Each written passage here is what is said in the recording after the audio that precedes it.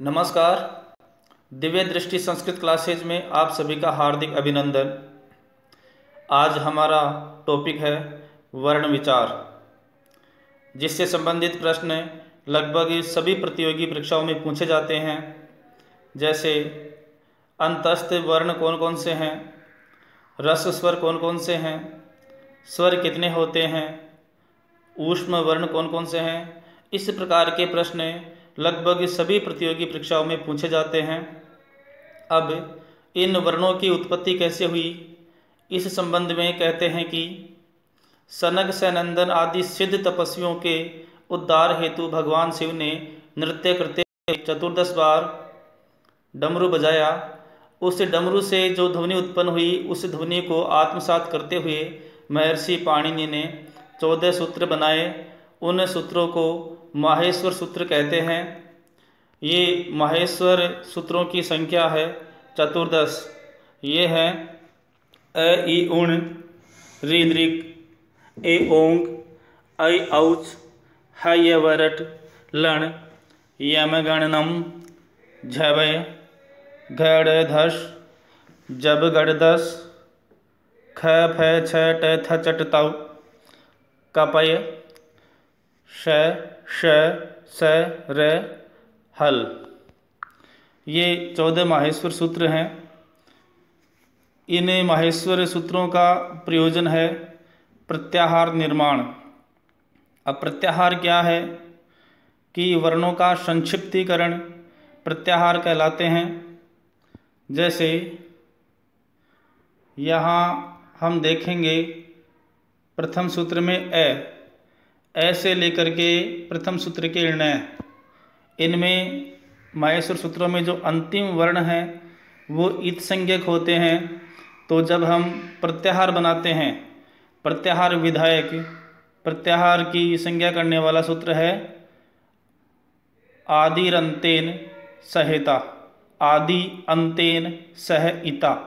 आदि होता है प्रथम, यहाँ पर अ वर्ण है जो प्रथम वर्ण है, आदि वर्ण है, और जो ण है वह अंतिम वर्ण है अंतेन।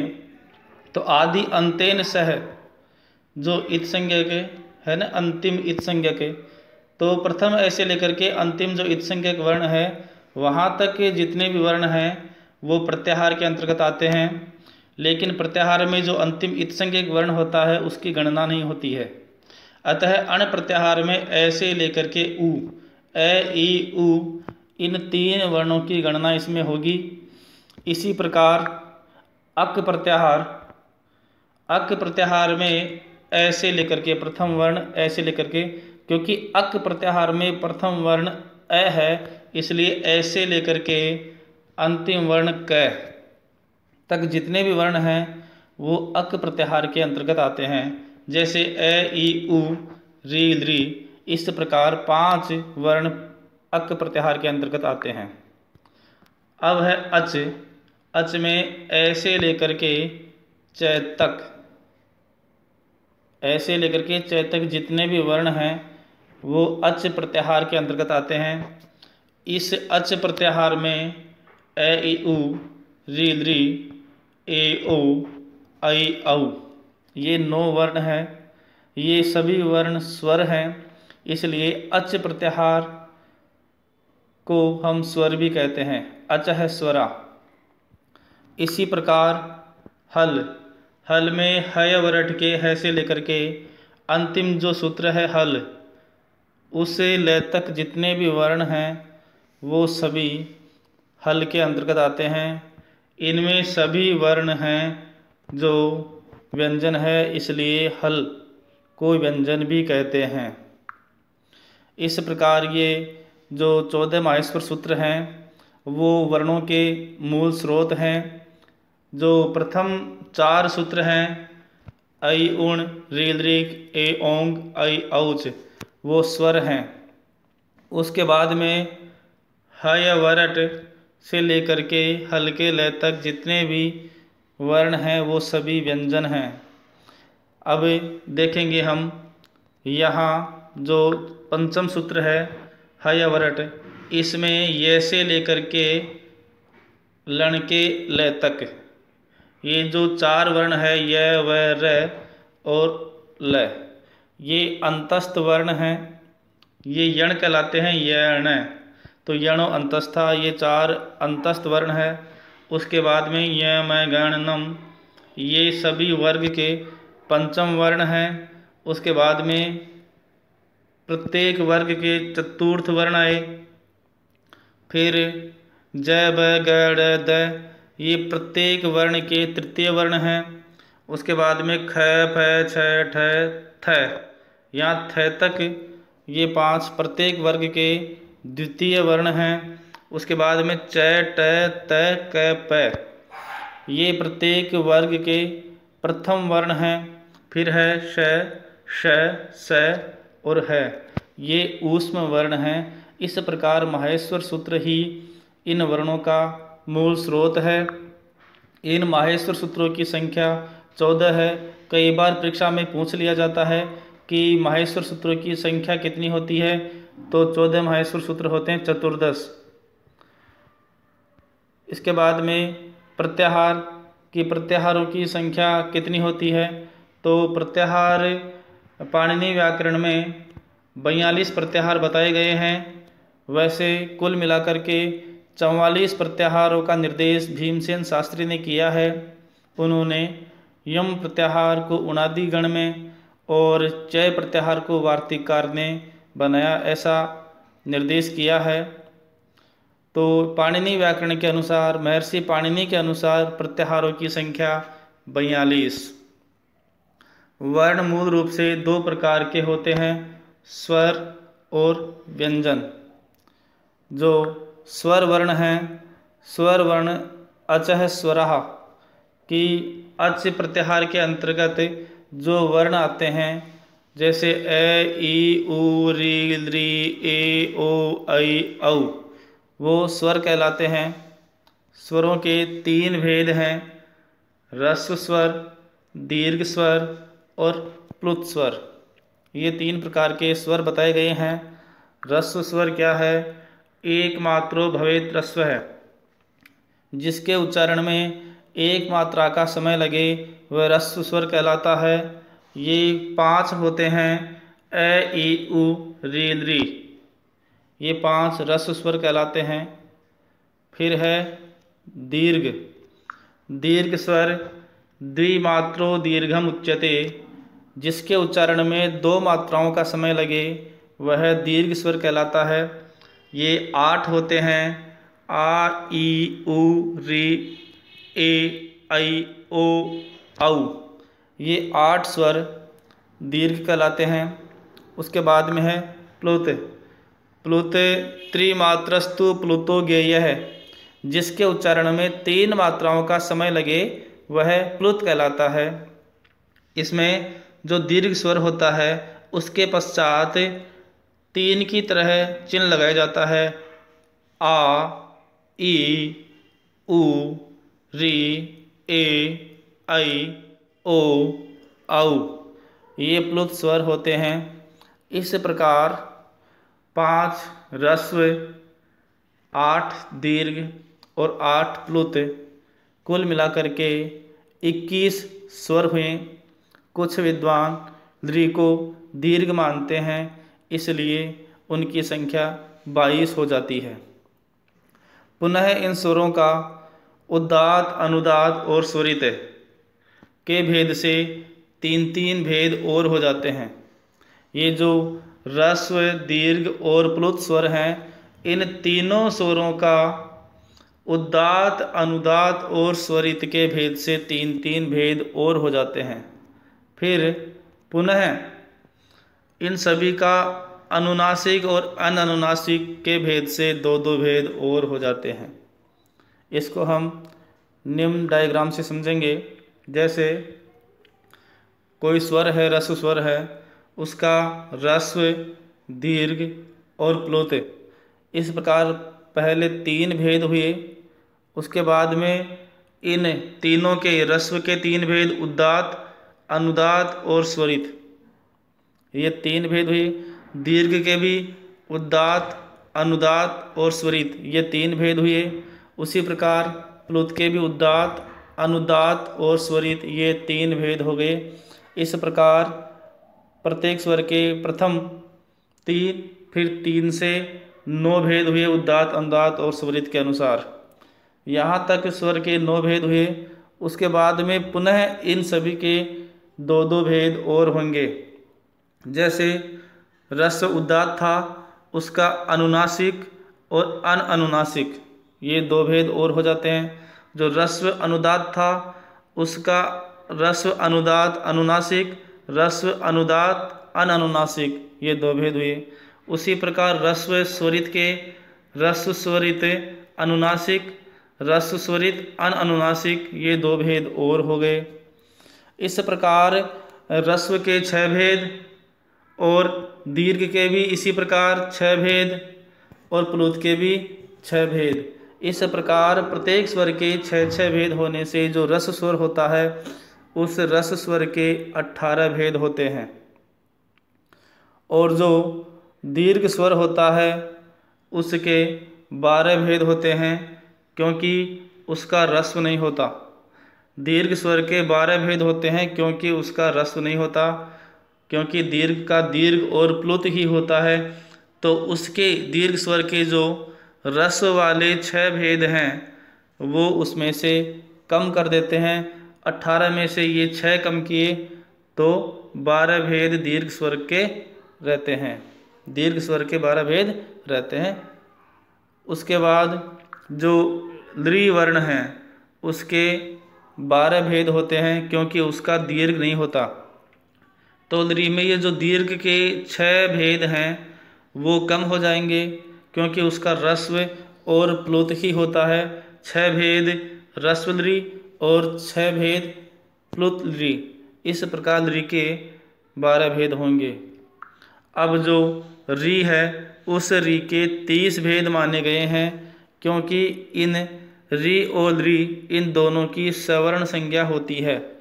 तो 30 भेद तो री के, 18 भेद जो री है री, उसके 18 भेद होंगे रस्व, दीर्घ और प्लुत के अनुसार। फिर जो लृ है इस लृ के 12 भेद होंगे। ये जो 12 भेद हैं लृ के ये, और इस री के 18 री के और 12 लृ के, दोनों मिलाकर के 30 भेद री के माने गए हैं, क्योंकि इनकी सवर्ण संज्ञा होती है। यदि एग्जाम में री के भेद पूछे जाए, उसमें 18 और 30 दोनों भेद हों, तो हमें उत्तर प्रथम दृष्टया 30 ही करना है। यदि 30 न हो तो फिर री के भेद 18 करने हैं। उसके बाद में है संयुक्त स्वर। संयुक्त स्वर हैं ए ऐ ओ औ, ए ऐ ओ औ। संयुक्त स्वर, इन स्वरों का निर्माण 2 स्वरों के मेल से होता है। जैसे ए है वह ए और ई के मेल से ए बनता है। इन दोनों में ए और ई में गुण संधि हुई है, तो इन दोनों में गुण संधि होकर के ए बनता है। तो ये 2 स्वरों का मेल है ए। इसी प्रकार ऐ वह ए और ए, इन दोनों में वृद्धि होकर के ऐ बना है, इसलिए ऐ भी 2 स्वरों का मेल है। इस प्रकार 2 स्वरों के मेल से ओ बना है और औ बना है, इसलिए ये संयुक्त स्वर कहलाते हैं, ए ऐ ओ औ। फिर है अनुनासिक स्वर। जिन स्वरों का उच्चारण मुख और नासिका यानी नाक, मुख और नासिका दोनों की सहायता से होता है, वो अनुनासिक स्वर कहलाते हैं। इसका सूत्र है मुख नासिका वचनोनुनासिक है, कि जो मुख और नासिका की सहायता से बोले जाएं वो अनुनासिक कहलाते हैं। फिर है व्यंजन वर्ण। जिन वर्णों का उच्चारण स्वर वर्णों की सहायता के बिना नहीं हो सकता, उन्हें व्यंजन या हल वर्ण कहते हैं। व्यंजन वर्णों का उच्चारण हम स्वर वर्णों की सहायता से ही करते हैं। हम वर्णमाला में देखते हैं कि जो क, ख, ग ये लिखे हुए होते हैं, उनमें ए स्वर मिला हुआ होता है। यदि ए उनमें नहीं होता तो उच्चारण में दुविधा होती, इसलिए जो व्यंजन वर्ण है वो स्वरों की सहायता से बोले जाते हैं। इन्हें हल वर्ण भी कहते हैं, क्योंकि हल प्रत्याहार के अंतर्गत जितने भी वर्ण हैं वो सभी व्यंजन हैं। अब जो कैसे लेकर के मैं तक वर्ण हैं, कैसे मैं तक जो 25 वर्ण हैं उनको स्पर्श वर्ण कहते हैं। कादयो मावसाना स्पर्शः, कादयो मावसाना स्पर्शः की क आदि मतलब जो प्रथम वर्ण है वह क है, और मैं अवसान और जो अंतिम वर्ण है मैं की समाप्ति तक जो मैं है वहाँ तक जितने वर्ण हैं वर्णमाला में वो स्पर्श वर्ण कहलाते हैं। ये 25 वर्ण होते हैं, स्पर्श वर्ण 25 होते हैं। जो वर्णमाला में कैसे लेकर के मैं तक के जितने भी वर्ण हैं वो स्पर्श वर्ण कहलाते हैं, और ये 25 वर्ण होते हैं। उसके बाद में है अंतस्थ वर्ण। अंतस्थ में सूत्र है यणो अंतस्था, कि यण प्रत्याहार के अंतर्गत जितने भी वर्ण हैं वो अंतस्थ कहलाते हैं। अब यण प्रत्याहार में कौन कौन से वर्ण आते हैं? जो हय वरट और लण, इन दोनों सूत्रों में हय वरट के य से लेकर के लण के ण तक जो 4 वर्ण है य व र ल, य व र ल, वो अंतस्थ कहलाते हैं और इनकी संख्या 4 होती है। फिर ऊष्म वर्ण शलश्च ऊष्माण है, कि सल प्रत्याहार के अंतर्गत जो वर्ण आते हैं, अंतिम 2 सूत्र हैं माहेश्वर सूत्रों में, जो अंतिम 2 सूत्र हैं उनमें श, श, स और है, ये 4 वर्ण आते हैं जिन्हें हम ऊष्म वर्ण कहते हैं। ये भी 4 होते हैं। इस प्रकार जो माहेश्वर सूत्रों में वर्ण हैं वो 25 स्पर्श, 4 अंतस्थ और 4 हुए ऊष्म। इस प्रकार कुल 33 वर्ण मतलब व्यंजन, माहेश्वर सूत्रों में 33 व्यंजन। और जो अच प्रत्याहार के अंतर्गत आते हैं, अच प्रत्याहार में शुरू के जो 4 सूत्र हैं उनमें 9 वर्णों का निर्देश माहेश्वर सूत्रों में है, 9 तो स्वर, और ये 33 व्यंजन कुल मिलाकर के 42 वर्ण माहेश्वर सूत्रों में बताए गए हैं। लेकिन पाणिनीय शिक्षा में जो वर्णों का निर्देश है उसमें और भी वर्ण बताए गए हैं। उनके अनुसार त्रिषष्ठी या चतुष्षष्ठी, 63 या 64 वर्ण पाणिनीय शिक्षा में माने गए हैं। वो है आगे यम, 4 वर्ण यम के हैं, वो है कू, खू, गू और घू, ये 4 वर्ण यम कहलाते हैं। उसके पश्चात एक अनुस्वार, एक विसर्ग, एक जीवामूलीय, जो क और ख के पहले अर्ध विसर्ग लगती है उसे हम जीवामूलीय कहते हैं। उपधमानीय, प और फ से पहले अर्ध विसर्ग। फिर है द्विस्पष्ट ळ, ळ, ये द्विस्पष्ट वर्ण कहलाता है। इस प्रकार पाणिनीय शिक्षा में 42 व्यंजन बताए गए हैं, और स्वर, दीर्घ, ह्रस्व, दीर्घ और प्लुत के भेद से 21, और लृका यदि दीर्घ भेद मानते हैं तो 22।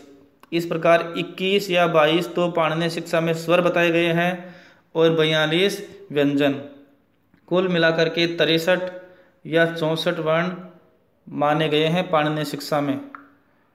उसके पश्चात अंतस्थ वर्णों को, जो य व र ल, यण प्रत्याहार के अंतर्गत जो य व र ल वर्ण, जिन्हें हम अंतस्थ वर्ण भी कहते हैं, इन्हें अर्ध स्वर भी कहा गया है। य व र ल को अर्ध स्वर भी कहा गया है। फिर है संयुक्त व्यंजन, अचों के व्यवधान से रहित जो हल वर्ण हैं, व्यंजन वर्ण हैं, जिनके मध्य में कोई स्वर न हो। 2 ऐसे व्यंजन जिनके मध्य में कोई स्वर नहीं है उनकी संयोग संज्ञा होती है। सूत्र है हलो अनंतरा संयोग है। हलो अनंतरा संयोग है कि हलो के व्यवधान से जो हल हैं वो अचों के व्यवधान से रहित हो। जो हल जो व्यंजन वर्ण हैं उनके मध्य में यदि अच नहीं है, कोई स्वर नहीं है, तो उनकी संयोग संज्ञा होती है। जैसे क और श, इन दोनों के मध्य में कोई स्वर नहीं है, कोई अच नहीं है, इसलिए इन दोनों की संयोग संज्ञा होकर के क्ष ये वर्ण बना है। इसी प्रकार त्र में त और र, त और र, इन दोनों के मध्य में कोई स्वर नहीं है, इसलिए इन दोनों की संयोग संज्ञा होकर के त्र बना है। इसी प्रकार ज और य, इन दोनों के मध्य में कोई स्वर नहीं है, इसलिए ज्ञ ये संयुक्त स्वर वो संयुक्त व्यंजन बना है, संयुक्त वर्ण बना है। तो इस प्रकार जो दो व्यंजन होते हैं, दो वर्ण होते हैं, उनके मध्य में यदि कोई स्वर नहीं होता है तो उनकी संयोग संज्ञा हो जाती है। इसी प्रकार अन्य भी जो वर्ण हैं, जैसे श्र है, उसमें श और र ये मिलकर के वह श्र बनता है, वह भी संयुक्त वर्ण कहलाता है। जैसे द है, द में द और ये मिलकर के द बनता है, वह भी संयुक्त वर्ण है। इस प्रकार पाणिनि ने इन वर्णों का निर्देश किया है। धन्यवाद।